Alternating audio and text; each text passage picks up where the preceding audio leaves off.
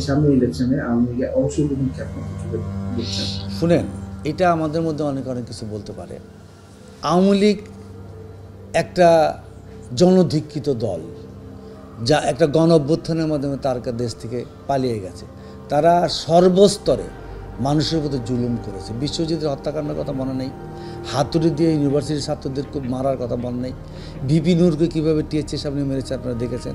ছাত্রদলের অসংখ্য ছাত্র আমাদের এই ক্যাম্পাসে যেতে পারে নাই এবং তাদের জীবন নিয়ে হুমকিতে আমাদের প্রেসিডেন্ট, সেক্রেটারি, ঢাকা বিশ্ববিদ্যালয়ের বহু লাঞ্ছনার শিকার হয়েছে। তো আওয়ামী লীগের মতো একটা জনধিকৃত দল, আপনার জার্মানির নাৎসি বাহিনীর কথা জানেন, হিটলারের, তাদের তো কোনো অস্তিত্ব নেই পৃথিবীতে। তো এই আধুনিক যুগে এরকম একটা ভয়ঙ্কর রাজনৈতিক দলে কেন থাকবে? উচিত না থাকা। এটার অর্থ এই না যে আমি গণতন্ত্রে বিশ্বাস করি। এই গণতন্ত্র সেটা না যে গণতন্ত্রে ডাকাতও নির্বাচন করতে পারবো, আমিও নির্বাচন করতে পারবো, নট লাইক দিস। সো আমি বিশ্বাস করি এরকম একটা জনধিক্ষিত একটা তাবেদারি এই রাষ্ট্রে একটা তাবেদার দল থাকা উচিত না, ভয়ঙ্কর সন্ত্রাসী দল এটা। 31 দফা যে বিএনপি, 31 দফার 2 নম্বর দফাতে দেখলাম যে রেইনবো নেশন দ্বারা করা।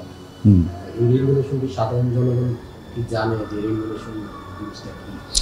এটা তো এই জন্যই তো আমরা এই যে কর্মশালা, আমি বলি আমরা কর্মশালাতে সবগুলি জিনিস মানুষের বোঝাচ্ছি। আমরা একটা জিনিস বলি যে 5 তারিখের আগস্টের পরে আমাদের 31 দফা আমরা দিয়েছি 2 বছর আগে। প্রয়োজন বোধে এখানে মানুষের যদি কোনো বিষয়ে আপত্তি থাকে, আমরা কিন্তু কমিটি আছে, আমাদের একটা সংবিধান সংস্কার কমিটি, এইসব জিনিসগুলি আমরা আরও রিভিউ করবো, অসুবিধা তো নেই কোনো কিছু। যে কথাটা আমি আগেও বলেছি যে যুগ উপযোগী করতে হবে। একটি কথার উপর আপনি স্টিক থেকে তো রাজনৈতিক দল এগিয়ে যেতে পারে না। এটা একটা আধুনিক রাজনৈতিক দল। জিয়া রহমান সাহেব দল গঠন করার কারণেই আজকে আওয়ামী লীগের রাজনীতি এই পর্যায়ে কোণঠাসা হয়ে গেছে। ওরা বলছিল বাঙালি জাতীয়তাবাদ, যেটার কারণে শান্তি বাহিনীর জন্ম হয়েছে এক সময়। হ্যাঁ, তার শান্তি বাহিনী কেন জন্ম হয়েছে? শান্তি বাহিনী জন্ম হয়েছে শেখ মুজিবুর যখন বলেছিল বাংলাদেশে যারা থাকবে সবাই বাঙালি হতে হবে। সেই চাকমারা বলল যে আমিও কি বাঙালি হব? আমি তো চাকমা, আমি খাসি, আমি জয়ন্তী, না সবার হতে হবে। যে কারণে তাদের মধ্যে তাদের অস্তিত্ব, জাতিসত্তা বিলীন করতে চায় না বলে শান্তি বাহিনীর জন্ম হয়েছে। জিয়া রহমান সাহেব কী বলল যে বাংলাদেশে সকল জাতি, ধর্ম, বর্ণ, গোত্র নির্বিশেষে থাকবে বাংলাদেশি হিসাবে। আমি বাঙালি, তুমি চাকমা, তুমি খাসিয়া, তুমি হিন্দু, আমি খ্রিস্টান ও মুসলমান থাকবে। ওই যে আধুনিক যে কনসেপ্ট জিয়া রহমান সাহেব বাংলাদেশি জাতীয়তাবাদের ভিত্তিদার করালো, সবাই কিন্তু আমরা ঐক্যবদ্ধ হইলাম, জাতি এক হল। এই জন্য আধুনিক রাজনৈতিক দল বিএনপি, ইসলামী সেন্টিমেন্টের মূল্যবোধ। বিসমিল্লাহির রহমানির রহিম কে বলে? জিয়া রহমান সাহেব বলে। জয় বাংলা, জয় বাংলা তো আমাদের স্লোগান না, জয় বাংলাদেশ বলেন না, তাও তো কিছুটা এখানে আপনার জয় বাংলা তো পশ্চিমবঙ্গের আরও বলে। ওইটা আপনি কেন আমাদের দেশে ধার করে আনবে? আমি জয় বাংলা কেন বলবো? বাংলাদেশ সেই জায়গায়। বর্তমান আইন শৃঙ্খলা পরিস্থিতি কিভাবে দেখছেন? সম্প্রতি দেখা যাচ্ছে প্রচুর ধর্ষণ থেকে শুরু করে, হত্যা থেকে শুরু করে দেশে আইন শৃঙ্খলা বাহিনী আমরা দেখছি বেশ কঠিন সময় পার করছে দেশের মানুষ। এই অবস্থাটাকে, এই অবস্থা যে আমি আগেও বলেছি যে আসলে স্বৈরাচারের দূষরাই এখন বসা। 90% স্বৈরাচারের দূষর দিয়ে মাথায় একজন ভদ্রলোক বসায় দিয়া আপনি এটাতে তো পারবেন না। চেষ্টা করতেছে তারা, যৌথ বাহিনীও কাজ করতেছে, তাদের ম্যাজিস্ট্রেসি পাওয়ার দিয়ে হচ্ছে। তারাও কিন্তু আপনি দেখেন 1/11 সময় বা তারও আগে যখন আর্মি যেভাবে কাজ করেছে, এখন তো সেভাবে করছে না। বিকজ এখন যারা রাষ্ট্র পরিচালনা করছে তারা অনেকটা ডেমোক্রেটিক প্রসেসের মাধ্যমে একটা সহনীয় পর্যায়ে নিয়ে করতে চায়। কিন্তু এই জিনিসগুলো ওরকম না, অ্যাগ্রেসিভলি কিছু জিনিস করতে হবে, আরও ডিটারমাইন হয়ে তাদের দিয়ে কাজ করাইতে হবে, না পারলে ব্যবস্থা নিতে হবে। তো আমি মনে করি যে এই অবস্থার অবনতি হয়েছে কোনো নিঃসন্দেহে। আমি তো সমাজে বসবাস করি, আপনি যেখানে বসবাস করেন, এটার উন্নতির জন্য তারা চেষ্টা করতেছে। আমি মনে করি দ্রুত নির্বাচন প্রক্রিয়ায় যাওয়া উচিত তাদের। এইভাবে এই আওয়ামী দূষরদের, এই স্বৈরাচারের দূষরদের, এখানে ইন্ডিয়া আছে, আছে, তাদের টাকা আছে, বিভিন্নভাবে ষড়যন্ত্র হচ্ছে। আমরা তো এই সমাজে থাকি, আর আমার বসবাস আপনারা যেই জায়গাটা বাড্ডার মতো জায়গায়, এখানে কোন দলের লোক কে কুদ্দিভাবে হাঁটে, কি নড়াচড়া করে, কি করতে চায় আমরা জানি তো। এটা বহু রকম ষড়যন্ত্র হচ্ছে, বহু রকম। তো এরা এটা এইভাবে কন্টিনিউ করতে পারবে না। এটাকে নির্বাচন প্রক্রিয়ার মাধ্যমে জনগণ যাকে চায় তাকে রাষ্ট্র ক্ষমতায় বসায় দেওয়া হোক, এবং নির্বাচনী প্রক্রিয়া এবং যে সংস্কারের কথা বলছে সেটাও জরুরি। যে 31 দফা আমরা বলছি, আমরা কেন সংস্কারের কথা আরও আগে বলছি। তো এরা সংস্কার কিছু করে যাক, এটা তো খুব বেশি সময়। পৃথিবীটা ছোটো হয়ে আসছে। আপনি মালয়েশিয়ার মতো বাংলাদেশে কিছু কনসেপ্ট এখানে কনভার্ট করতে চান, এটা গুগলে সার্চ দিলে আপনি পাবেন। এই পশ্চিমবঙ্গের থেকে এই যে আমি জানি যে এই যে আমাদের এই যে ফুড রিজার্ভের যে সিস্টেমটা আমাদের দেশে, তার চেয়ে অনেক থাউজেন্ড গুণ বেটার পশ্চিমবঙ্গে। ওখানে প্রান্তিক চাষিরা টাকা পায়, আমাদের দেশে ফৈরারা টাকা পায়। তো ওই কনসেপ্ট এখানে আমরা ইন্ট্রোডিউস করি। আমাদের নির্বাচন কমিশন ভারতেরটা কেন দুর্নীতি করে না, অন্য দেশেরটা কেন করে না? আমাদের ইউরোপ আমেরিকা বানাতে পারবো না। তো ওইসব জিনিস তো এখানে প্রোভাইড করতে খুব বেশি সংস্কারের জন্য সময় দরকার আছে বলে আমি মনে করি। এবং যারা আছে, ডাক্তার ইউনূস সাহেব সহ যারা আছে, তারা বিশ্বব্যাপী একজন বরেণ্য ব্যক্তি। তারা তাদের যে এই ক্ষমতা ধরে রাখার যে অনেক ইচ্ছা আছে, এটা আমি মনে করি না। সবসময় আপনাকে ব্যস্ত থাকতে দেখা যায়।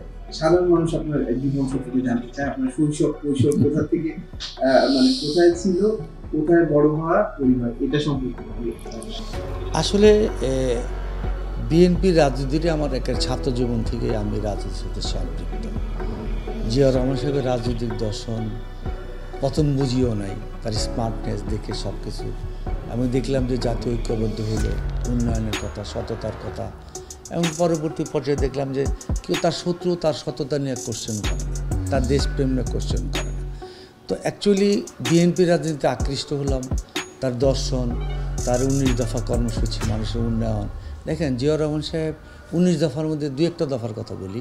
এই যে বৃক্ষরোপণ, খাল খনন, আপনি দেখেন তার সে রাজনীতিতে হঠাৎ করে আসছে, কিন্তু অনেক রাজনৈতিক অভিজ্ঞ লোককে তার সামনে, মুশিউর রহমান জাদুর মতো লোক, ভাসানী সাহেবের মতো লোক, এই শাহ আজিজের মতো লোক, অনেক লোককে, জাতীয়তাবাদী শক্তির পক্ষের লোক যারা বাংলাদেশটাকে ওন করে, ভালোবাসে, উন্নয়ন চায়, এবং পাশাপাশি প্রতিবেশী বড় রাষ্ট্রগুলির শোষণ শাসন থেকে যাতে মুক্ত চায়, এরকম লোকগুলি তার সাথে সম্পৃক্ত ছিল বলেই এই বৃক্ষরোপণ 40 বর্ষ এখন আমরা বুঝি যে কেন বৃক্ষরোপণ করতে হবে, কেন করতে হবে, পরিবেশের ভারসাম্যের জন্য।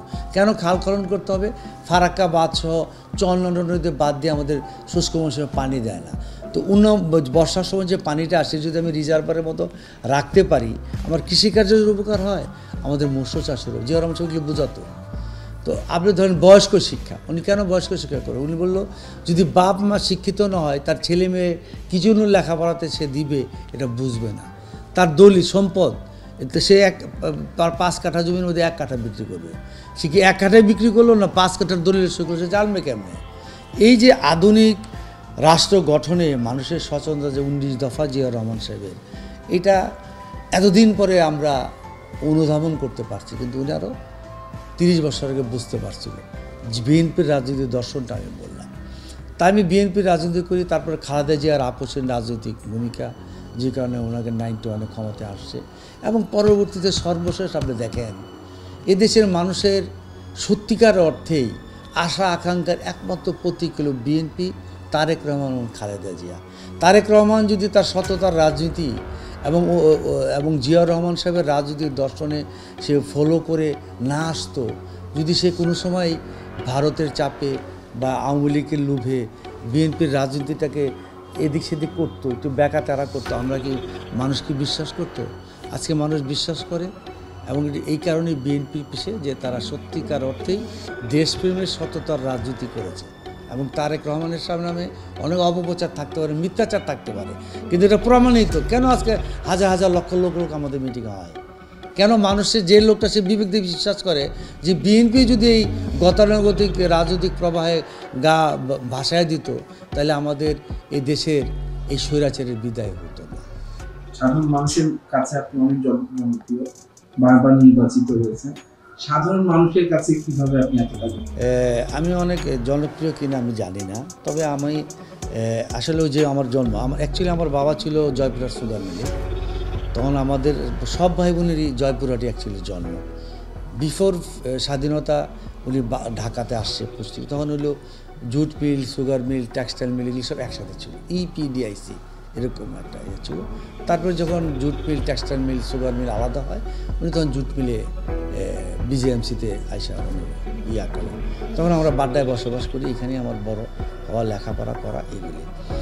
আসলে বাড্ডা একটা সমস্যা সংকুল এলাকা ছিল। এটা 1962 থেকে আইয়ুব খানের আমল থেকে এখানে প্রপোজড অ্যাকোয়ারের নামে আমাদের এলাকার মধ্যে কোনো উন্নয়ন করতে দেয় নাই, গ্যাস, পানি, বিদ্যুৎ কোনো কিছু দেওয়া হয় নাই। কেন? এটা প্রপোজড অ্যাকোয়ার, নিবে তারা গুলশানের মধ্যে একটা শহর বানাবে, শহরও বানায় নাই, ছাড়েও নাই। তো 91-এ যখন বেগম খালেদা জিয়া আমাদের এলাকা থেকে পার্লামেন্ট ইলেকশন করলো, তখন ওনাকে দিয়ে আমরা বলালাম যে আমাদের এলাকায় এই সমস্যা, খিলক্ষেত থেকে রামপুরা পর্যন্ত। তো উনি কমিটমেন্ট করলো, যদি আমি ক্ষমতায় যাই আপনাদের অ্যাকোয়ার মুক্ত করে দেবো, এখানে গ্যাস পানি দিব।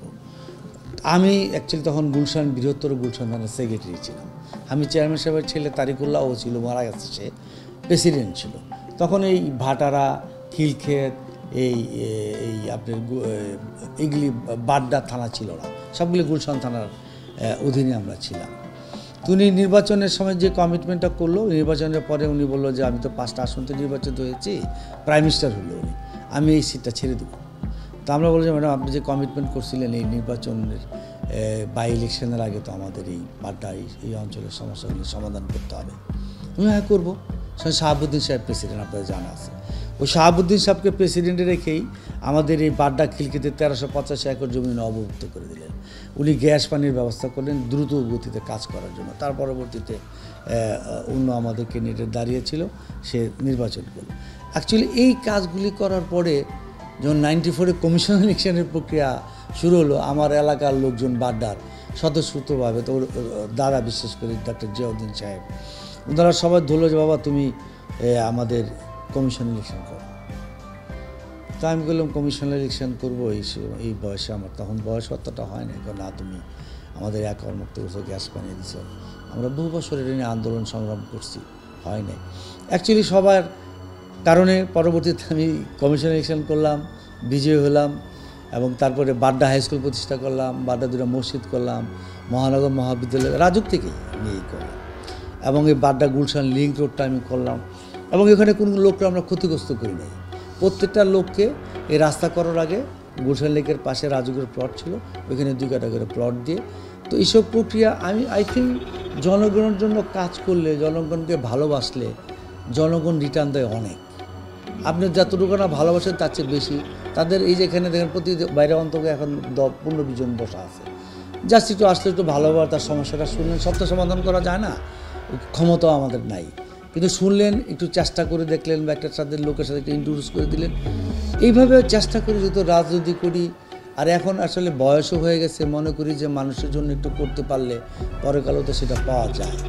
তো হিউম্যান বিং হওয়ার চেষ্টা করি অনেকভাবেই, যে কোনোভাবেই একটা লোক আশা করি তারা একটু সহযোগিতা করা। আর একটা পরিচিত হয়ে গেছে আমাদের সব জায়গায়, সব জেলায়, সব থানায়, সব জায়গায় আমাদের বন্ধুবান্ধব লোকজন আছে, একটু বলে দিলাম, খুশি হয়ে যায়। পরে আবার একটা মাসে দেখা গেছে মিষ্টি নিয়ে আসছে, কেন? তো বাবা ওই কাজটা তো আমার করে দিচ্ছে, হয়ে গেছে, তার ন্যায়সঙ্গত জিনিস।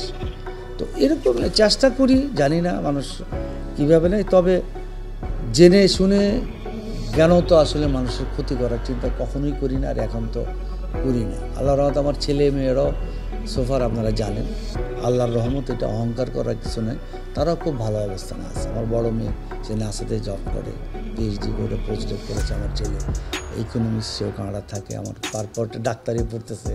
এগুলি সব স্কলার, আল্লাহর রহমত। এটা অহংকার করি না, অহংকার করার কোনো বিষয়ই না। এটা আল্লাহর খাস রহমত এবং বরকত, এটার বাইরে অন্য কিছুই না। আমাদের এত বিপদ আপদ অসমতার মধ্যেও আমার ছেলে মেয়েগুলি ভালো আছে। আমরা ভাই বোন সবাই মিলেমিশে বাড্ডা থাকি, একটা পরিবারের মতো থাকতে চেষ্টা করি। এবং আমার দলীয় কর্মীদের আমি মনে করি আমার সম্পদ, আমার চলার সব কিছুর মধ্যে তারা একটা অংশীদার। তারা সবাই মানে বলে আমি নেতা, এটাই আমার মাথায় আছে। তারা যদি আমার না মানে, আমার নামে স্লোগান না দেয়, তাহলে আমি তো নেতা না। এটা আমি মৃত্যুর আগ পর্যন্ত মনে রাখবো। এবং আমার একটা কর্মীর জন্য আমি যতটুকু করা দরকার করার চেষ্টা করি, অদূর ভবিষ্যতে সুযোগ আসলে আরও করব। দলীয় নেতা কর্মীদের উদ্দেশ্যে আমি এই কথাটা বলবো, আল্লাহর খাস রহমতে একটা ভয়ঙ্কর স্বৈরাচারের হাত থেকে আমরা রক্ষা পেয়েছি। আমরা বাড়িতে থাকতে পারছি, ব্যবসা প্রতিষ্ঠানে ফিরতে পারতেছি, পরিবারের কাছে আসছি, এবং এই যে আমরা আসি এটা সুক্রিয়া হিসাবে নিতে হবে এবং সাধারণ মানুষ ছাত্রদের অংশগ্রহণের কারণে কোনো অবস্থায় কোনোভাবে এই সাধারণ মানুষ ছাত্র জনতা যাতে আমাদের কোনো ব্যবহারে আচরণে কষ্ট না পায়, ক্ষতিগ্রস্ত না হয়, এটা খেয়াল রাখতে হবে। আপনি ফিরে আসছেন আল্লাহর রহমতে, মানুষের সহযোগিতা আছে, মানুষ যাতে কষ্ট না পায়। মানুষ যতদিন আমাদের সাথে আছে ততদিনই আমি নেতা, যখন থাকবো না তখন আমার নেতৃত্ব থাকবে। এটা বিশ্বাস করতে হবে, তারেক রহমানের নির্দেশনা মানতে হবে। কোনো সাধারণ মানুষকে যে ইলেকশন পর্যন্ত না, বিএনপি ক্ষমতা আসলে মানুষ যাতে এই কথা না বলে যে আওয়ামী লীগের মতোই বিএনপি, এটা করতে দেওয়া যাবে না। হকারদের কাছে চাঁদা নেওয়া যাবে না, জমি দখল করা যাবে না, অন্যায়ভাবে বিচার করা যাবে না। প্রশাসনের লোক দুর্নীতি করলে তার উপরে লেভেলে এটা কমপ্লেন করতে হবে, সেই দুর্নীতিতে সে সম্পৃক্ত হওয়া যাবে না। আমি অনুরোধ করব যে বিগত 17 বছর যে কষ্টের কথা মনে রেখে আগামী দিনে পথ চলাটা সাধারণ মানুষের যে কষ্ট না হয়, এবং রাজনীতিটা মানুষের জন্য, দেশের জন্য, দলের নির্দেশনা মেনে এইভাবে যাতে আমরা চলি। ধন্যবাদ।